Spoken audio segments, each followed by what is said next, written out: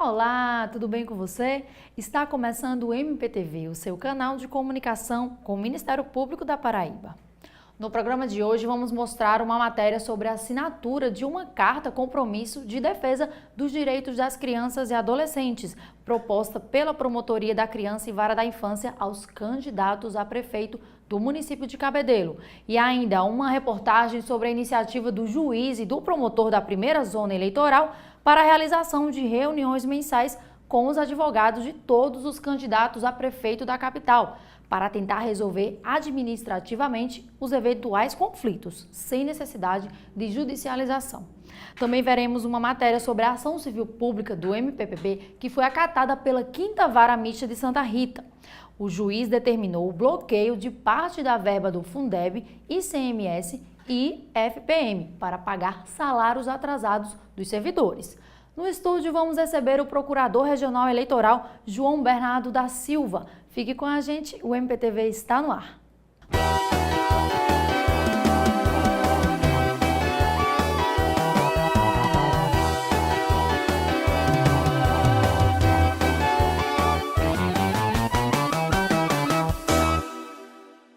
A Promotoria da Criança e a Vara da Infância de Cabedelo mediaram a assinatura de uma carta de compromisso de defesa dos direitos das crianças e adolescentes com os candidatos a prefeito do município. A reunião foi coordenada pelo juiz Antônio Silveira Neto. Estiveram presentes os candidatos Eneide Regis, do PDT, Ivan da Seaporte, do PCdoB, Marcos Patrício, do PSOL, Paulo Nogueira, do PTN e Leto Viana, do PRP. Eles assinaram uma carta-compromisso com 26 itens básicos para a garantia dos direitos da criança e do adolescente. Entre os compromissos assinados estão a garantia do pleno funcionamento do Conselho Municipal dos Direitos da Criança e do Adolescente e a intenção de agilizar os serviços e programas destinados ao atendimento de crianças, adolescentes e familiares. Essa foi a primeira carta proposta assinada pelos candidatos com o objetivo de transformar os compromissos em plano de ação com metas e recursos orçamentários. A proposta dela, justamente da Promotoria da Infância, com o Juizado da Infância e Juventude aqui de Cabedelo, foi justamente trazer aos candidatos a prefeito compromisso para com as políticas sociais em prol do adolescente e da criança e do adolescente aqui do município. Então, procuraram trazer aos candidatos as necessidades que foram visualizadas tanto pelo Judiciário quanto pelo Ministério Público em relação às crianças e adolescentes. E esses compromissos foram traduzidos em uma carta com várias propostas e que os candidatos estão aderindo a essas propostas que foram lançadas hoje. Para essa adolescente, a carta compromisso é uma garantia de um futuro melhor. A gente espera mais oportunidade, que a gente tenha voz e vez. Espera também mais acesso às políticas públicas, porque a gente sabe que muitas das vezes a nossa voz não é ouvida, o nosso querer não é respeitado. Nós vamos para um rápido intervalo e voltamos já já.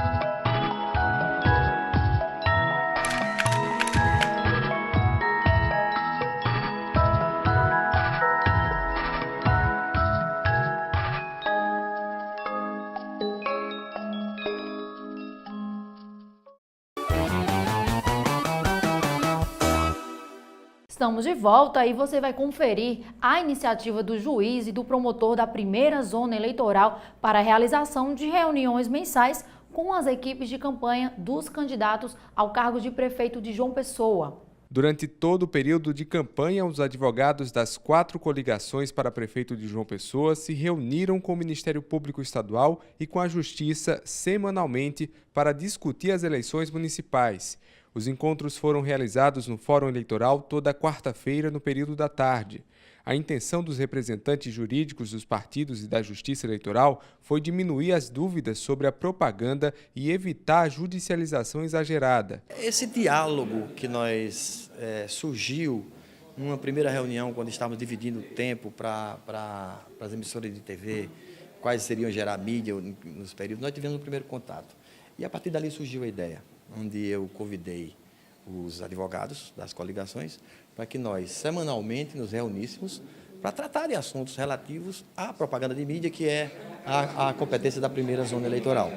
A partir daí, temos nos reunido todas as quartas-feiras e tem sido um momento muito importante, porque nós conversamos, os advogados trazem propostas, dúvidas, eu coloco na mesa, há uma discussão entre eles, no bom sentido, e no final nós temos tido alguns acordos e algumas situações que têm evitado uma judicialização maior.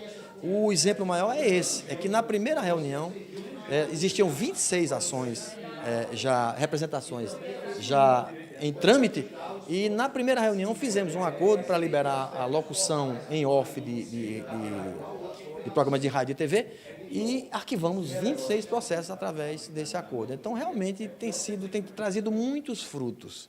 O promotor José Farias destacou que o objetivo foi alcançado graças ao método do ciclo de diálogo. Essas reuniões servem para se trazer para a mesa de negociações os conflitos e, utilizando o método do ciclo de diálogo, todos falarem, todos ouvirem, com a escuta realmente ativa e compromissada, as partes poderem orientar suas retaguardas de marketing para evitar determinados comportamentos. E, em outros casos, se chegar a um consenso de que determinadas publicidades ou determinada propaganda não configura infração à legislação eleitoral. E o objetivo foi alcançado. Em 2008, foram mais de 400 casos. Em 2012, cerca de 380 representações. E este ano, faltando pouco mais de uma semana para a eleição, o número era de apenas 82 representações. O comportamento das coligações durante o período de campanha tem sido positivo tanto para o juiz quanto para o promotor. Nós temos um clima de cordialidade, de confiança. Aquilo que se acerta, a gente sabe que vai ser cumprido, e de solidariedade. Então, a gente vê que mesmo 2 partidos que não têm judicialização até agora, como o PSOL e o PT, têm participado e têm contribuído para esses consensos. Isso é solidariedade. O juiz destacou também a ausência de representação de vereadores durante a campanha. Não houve nenhuma representação contra a propaganda de vereador. E as representações são geralmente em cima de irregularidade no entendimento dos candidatos, na desobediência à legislação eleitoral, que eu estou analisando cautelosamente cada caso e estou dando a minha interpretação, né, de acordo com o caso concreto. Então, de fato, tem sido muito bom. A 5ª Vara Mista de Santa Rita acatou a ação civil pública do MPPB e determinou o bloqueio de verbas para obrigar a Prefeitura a pagar os salários atrasados dos servidores municipais. A precariedade nos serviços em Santa Rita é geral. As paralisações atingem principalmente as áreas de educação e de limpeza urbana. O presidente do Sindicato dos Servidores de Santa Rita detalha que funcionários estão há 2, 3 e até 4 meses sem receber salário. O problema com o pagamento acontece desde o início do ano. O pessoal passando necessidade, muito dele passando até fome mesmo, assim, e sem dinheiro para comprar remédio, pessoas doentes, com problema de pressão e outros tipos de doenças lá, entendeu? Sem dinheiro para nada realmente, entendeu? A situação é crítica, certo? E a gente fica assim, a gente fica de mão datada porque A gente não pode fazer nada. Além dos servidores públicos municipais, os funcionários que trabalham com recolhimento de lixo aqui na cidade de Santa Rita também sofrem com atraso no pagamento. Eles, inclusive, realizaram um protesto jogando lixo na sede da prefeitura. E andando aqui por Santa Rita, dá para perceber o quanto essa situação é precária. E os moradores reclamam bastante dessa situação. Aqui tem que olhar que é uma rua de pessoas boas, de pessoas de bem, doentes, muito idosos nessa rua. Ali naquela casa ali, a mulher não consegue ficar na casa. Sai de manhã, só chega de noite, porque não aguenta. Quer dizer, aqui nessa rua aqui, olha, aqui estava de mato, limpei. Eu que paguei, juntei a turma da rua, eu que paguei para cortar as árvores, para limpar tudo isso. Eles não fizeram nada. Apesar de arcar com os prejuízos das paralisações, moradores entendem a situação de quem trabalha para o município. O professor vai trabalhar como? Sem ter dinheiro para receber. Como é que ele vai comprar a alimentação deles? Quer dizer, pensa aí, aposentado, trabalhou a vida toda para receber o seu dinheiro da aposentadoria, para dar um negócio desse. Para o presidente do sindicato, não há motivos para os atrasos, já que até o mês de agosto o município tinha arrecadado mais de 80 milhões de reais e a folha bruta do município é de 7 milhões e 800 mil reais. Alguns meses atrás, a gente tinha um diálogo com ele. Passou quando a situação começou a ficar crítica mesmo, a gente deu um tempo para ele, dele se organizar, do administrador, ele colocar tudo em dia, as coisas, a gente deu 5 meses para ele, antes de ir para a rua. Só que a partir desse momento que ele não conseguiu se organizar e as coisas foi só piorando, aí a gente foi para a rua. A gente foi para a rua para mostrar para a população realmente. E aí acabou o diálogo. Diante desse impasse, o Ministério Público Estadual entrou em ação. A promotora do Patrimônio Público explica que desde o início do ano o MP tem atuado. Instauramos desde fevereiro um procedimento preparatório para apurar um atraso que já vinha no salário de dezembro dos professores. E aí eles receberam um salário em dezembro e receberam apenas 50%. Então, quando a gente instaurou esse procedimento preparatório em fevereiro, foi em decorrência desses 50% que não tinha sido pago aos professores de Santa Rita. E, a partir daí, além disso, começaram a gente a receber reclamações de servidores de que também estavam sem receber salários. Não só servidores efetivos, mas principalmente contratados temporariamente. E aí foi quando a gente começou a instruir o processo, chamamos o município e, em maio, fizemos um termo de ajustamento de conduta, onde o município se obrigava a exonerar comissionados e prestadores de serviço, de modo a enxugar a folha de pagamento, a diminuir os custos e, consequentemente, poder pagar os efetivos. E o município até que fez. O município exonerou muitos comissionados, exonerou muitos contratados e começou a nomear, desde que com a justificativa prévia ao Ministério Público. Mesmo assim, a gente continuou a receber reclamação de servidor de que estava sem receber, fornecedores que estavam sem receber, proprietários de imóveis que tinham imóveis alugados à prefeitura sem receber. Diante das irregularidades, o Ministério Público Estadual solicitou o bloqueio de contas do município e foi concedido pela Justiça. A promotoria também ajuizou uma ação civil pública requerendo o bloqueio de verbas para obrigar o município a pagar os benefícios atrasados aos servidores aposentados e aos pensionistas. A ação ainda tramita na Justiça. Eu acho a situação ainda muito pior, porque o IPREV, que é o Instituto de Previdência Municipal, ele hoje encontra-se deficitário. E ele depende que o município repasse a folha na íntegra para que ele consiga pagar aos inativos. E está pago apenas junho, julho, agosto e agora setembro, né, que o mês já finda, sem que os servidores inativos recebam e pensionistas recebam seus vencimentos. Tanto é que ajuizamos uma ação também a semana passada, com pedido também de tutela antecipada. Estamos aguardando a manifestação positiva, se Deus quiser, do Judiciário, para que a gente possa tentar resolver essa situação. Como a falta de pagamento afeta todas as áreas em Santa Rita, foram recebidas queixas em todas as promotorias. Por isso, o Ministério Público Estadual atuou em conjunto. inclusive solicitando apoio do Tribunal de Contas do Estado. Então, a situação de Santa Rita é bem complicada. Daí a necessidade de todos nós promotores se unirmos e fazer uma ação conjunta. Foi quando a gente decidiu que traria o fato ao conhecimento do Procurador-Geral e fomos, juntamente com o Procurador-Geral, até o Tribunal de Contas, onde solicitamos uma inspeção nas contas da Prefeitura de Santa Rita, para que a gente tivesse uma real noção dos fatos e, consequentemente, pudesse intervir de forma assim, mais evidente. E está havendo, inclusive, essa inspeção ainda. O Tribunal de Contas mandou auditores, está havendo inspeção no município de Santa Rita, e a gente espera, com isso tudo, após, de posse do relatório dessa inspeção, poder dar mais eficiência ao nosso trabalho. Diante do bloqueio nas contas, a Prefeitura de Santa Rita enviou ao Ministério Público Estadual um pedido de acordo para o pagamento dos servidores. Esse acordo está sendo analisado. No próximo bloco, não perca a entrevista com o Procurador Regional Eleitoral, João Bernardo da Silva. Vem comigo conhecer quem movimenta a nossa cultura. Música, teatro, literatura, artes plásticas, você encontra aqui. Conheça a nossa gente. Se liga na Câmara. Saiba o que os especialistas têm a dizer sobre saúde, educação, infraestrutura. Conheça os seus direitos. A Câmara está aberta. Se liga na Câmara. Confira o que os seus representantes têm feito em benefício da nossa cidade. O nosso jornal é todo seu. Se liga na Câmara.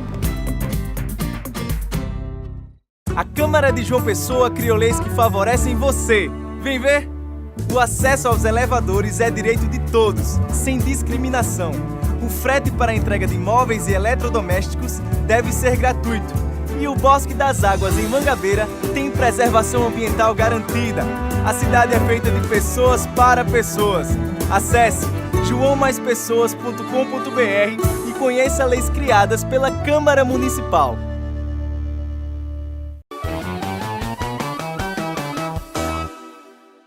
Nesta edição, vamos falar sobre eleições municipais que vão acontecer em todo o país em outubro. Para isso, viemos até o TRE, o Tribunal Regional Eleitoral, para falar com o Procurador Regional Eleitoral, João Bernardo da Silva. Procurador, seja bem-vindo ao MPTV.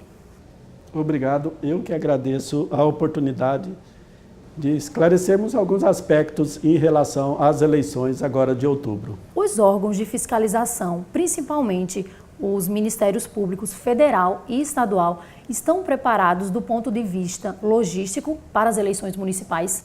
Sim, nós estamos preparados para essas eleições porque nós já viemos fazendo treinamento dos servidores e também adquirindo equipamentos, fazendo convênios, o que é muito importante, com órgãos da administração federal, estadual e municipal, para que toda essa equipe possa agora trabalhar nas eleições. Quais as principais mudanças, procurador, nessa nova legislação eleitoral?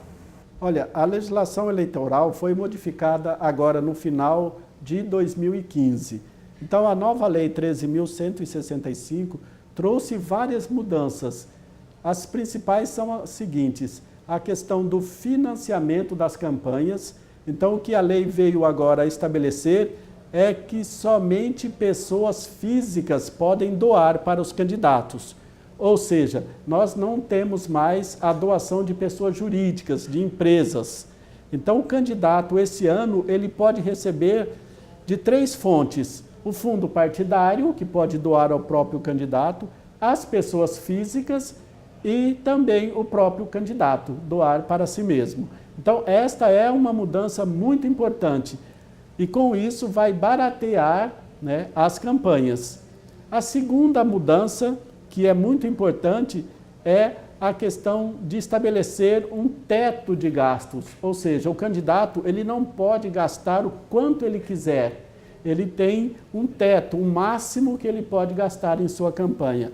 No nosso estado, aqui na Paraíba, 90% dos candidatos a prefeito podem gastar entre 100 e 120 mil reais, dependendo do tamanho da cidade e do eleitorado.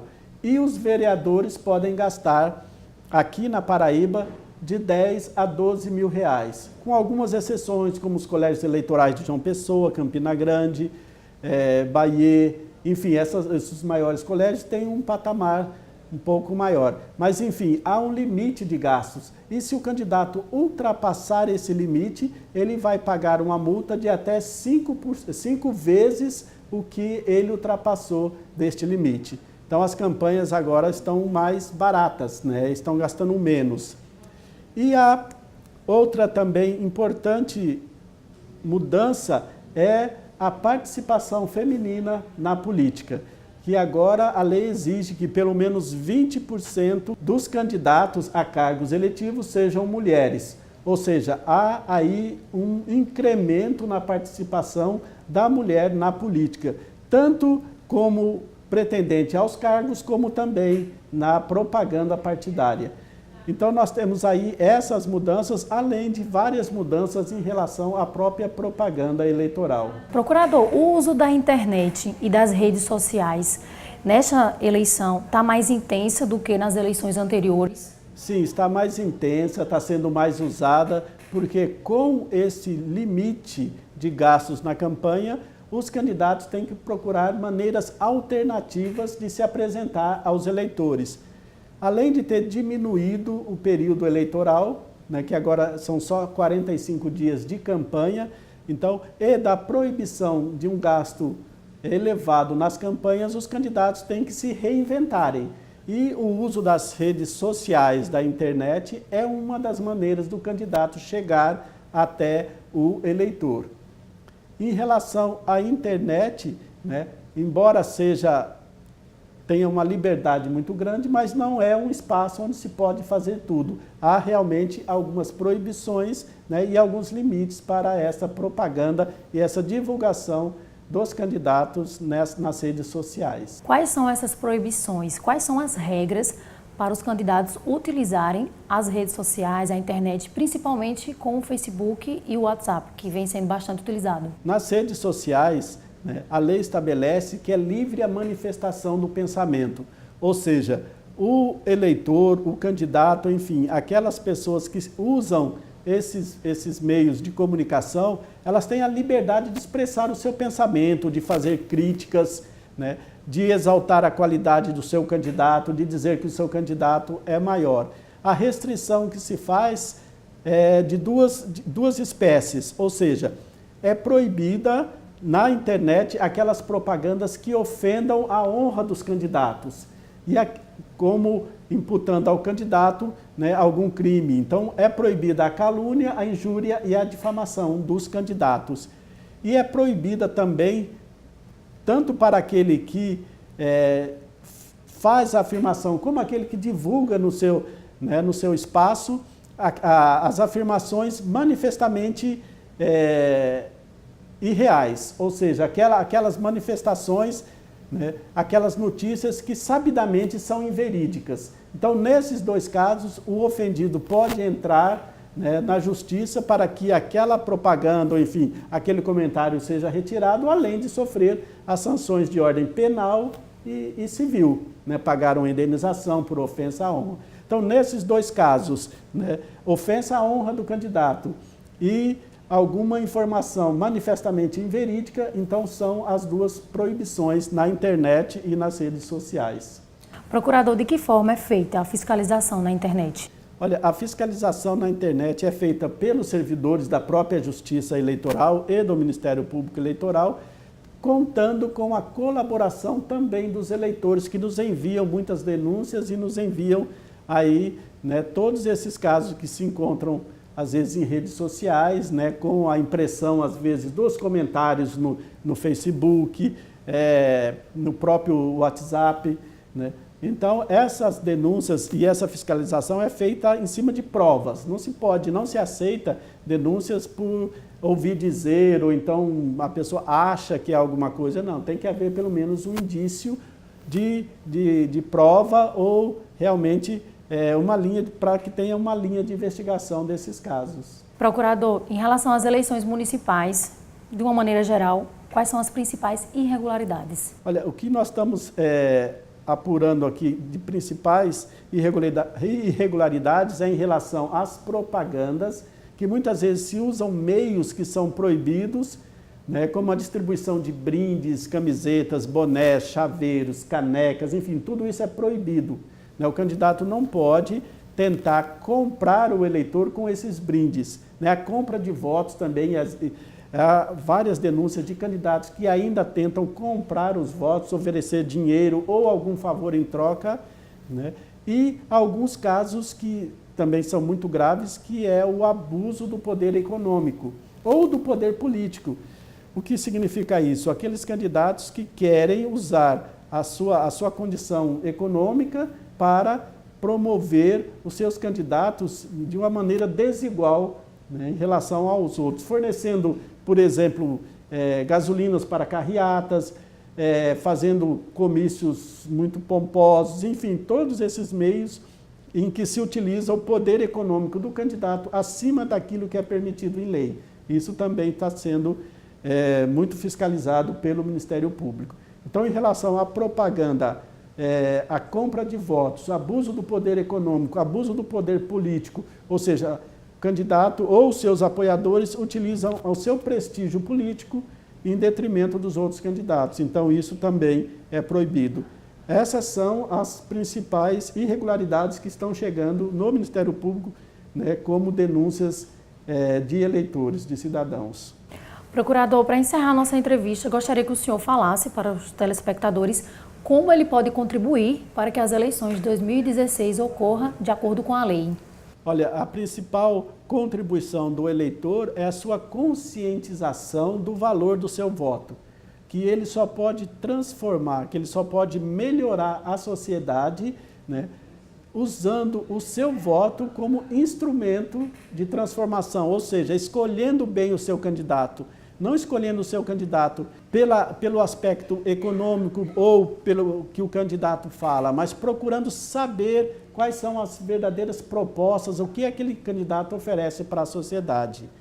E além disso, da conscientização, o que a gente também pede é que todos os eleitores, todos os cidadãos, sejam fiscais da justiça eleitoral, porque o maior interessado é o próprio cidadão.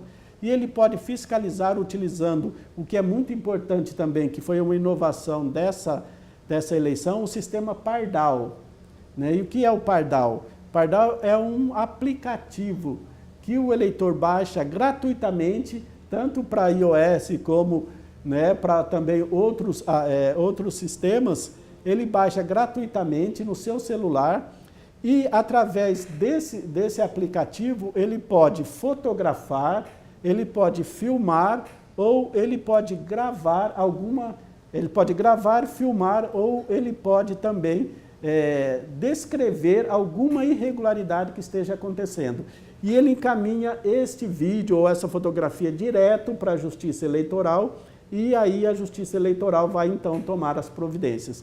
Então é um sistema simples, barato, ele é gratuito e muito rápido. Então, com o seu próprio aparelho celular, ele pode filmar, né, ou ele pode gravar, enfim, qualquer irregularidade e encaminhar. Né. Agora, essa fiscalização só pode ser exercida, né, de uma maneira mais concreta, ou seja, com alguma prova.